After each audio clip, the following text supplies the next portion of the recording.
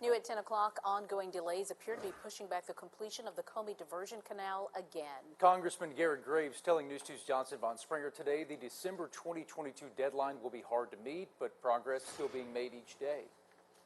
Last March, the Army Corps of Engineers announced a one-year delay on completion of the project, pushing the projected finish to this coming December. Now it appears likely that another delay will have the project heading into next year.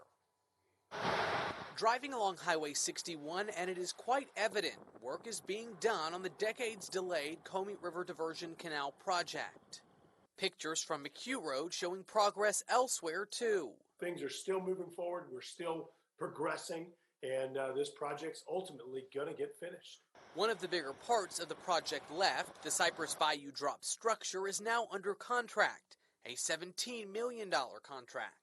Cypress Bayou is one of 4 waterways that will drain into the diversion canal. This effort is aimed at bringing flood relief to Baker and Zachary.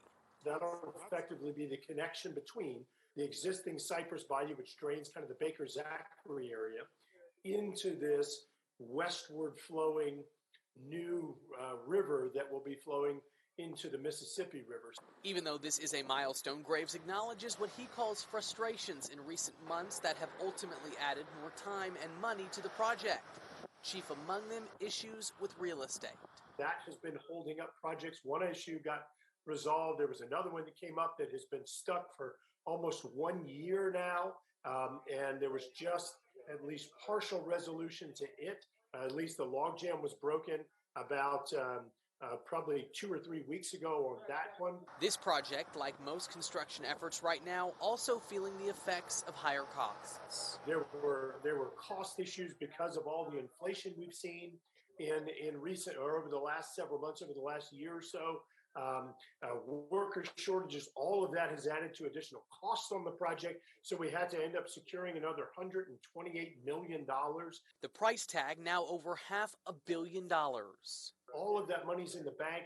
Does the public have a right to be frustrated by the fact that this thing's been stuck and been talked about since 1982 or 83? Yes. Can anybody out there credibly say it's not going to get done? I don't think that's the case. Those lingering real estate issues likely the chief reason Graves now believes there will be yet another delay in wrapping up this project. I don't see a pathway to finish this thing this calendar year, and I think if anybody's being honest with themselves, they're going to probably announce a revised schedule that would kick this thing back into 2023. I reached out to the Army Corps of Engineers tonight to ask about a possible delay. Being that DOTD is responsible for real estate acquisition, the Corps says until there is a path forward and plan from the Transportation Department, it is unable to revise the existing schedule for the project.